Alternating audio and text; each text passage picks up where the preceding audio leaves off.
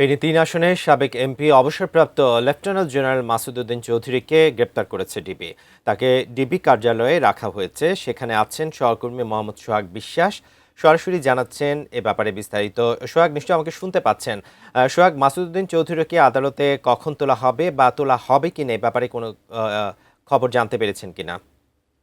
গত মধ্যরাতে ফেনী ৩ আসনের সাবেক সংসদ সদস্য মাসুদ চৌধুরী তিনি ডিবি তাকে আটক করেছে। তিনি মূলত 111-এর কুশলভ হিসাবে পরিচিত।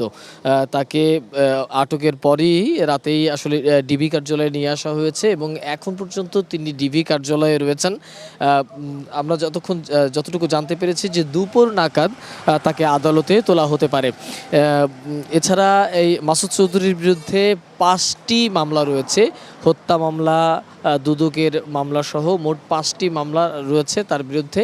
এর মধ্যে কোন কোন মামলায় তাকে আসলে গ্রেপ্তার দেখানো হবে সেই বিষয়গুলো সম্পর্কে এখন পর্যন্ত ডিএমপি, ডিবি বা অন্য কোনো আইনশৃঙ্খলা রক্ষাকারী বাহিনীর তরফ থেকে আনুষ্ঠানিকভাবে কোনো কিছু জানানো হয়নি।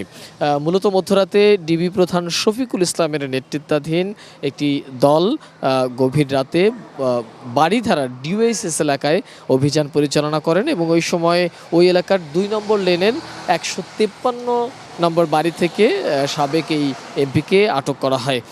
সাবেক এই এমপি মূলত 111-এর সময় নানাভাবে বর্তমান প্রধানমন্ত্রী তারেক রহমানকে নির্যাতনের অভিযোগ আছে। এছাড়াও তিনি নানাভাবেই বিতর্কিত ছিলেন। সে কারণে প্রথমে তিনি আওয়ামী লীগের নমিনেশন চেয়েছিলেন, পরবর্তীতে আওয়ামী লীগের নমিনেশন না পেয়ে একদিনের মধ্যে তিনি আবার জাতীয় পার্টির নমিনেশন চান এবং জাতীয় পার্টি থেকেই তিনি আসলে নির্বাচন করে তৎকালীন সময়ে এমপি হয়েছিলেন এবং নানাভাবে তিনি ওই সময়ে পুরস্কৃত হয়েছিলেন, রাষ্ট্রদূত হয়েছিলেন। অর্থাৎ নানা বিতর্কের জন্ম দিয়েছিলেন এই মাসুদ চৌধুরী।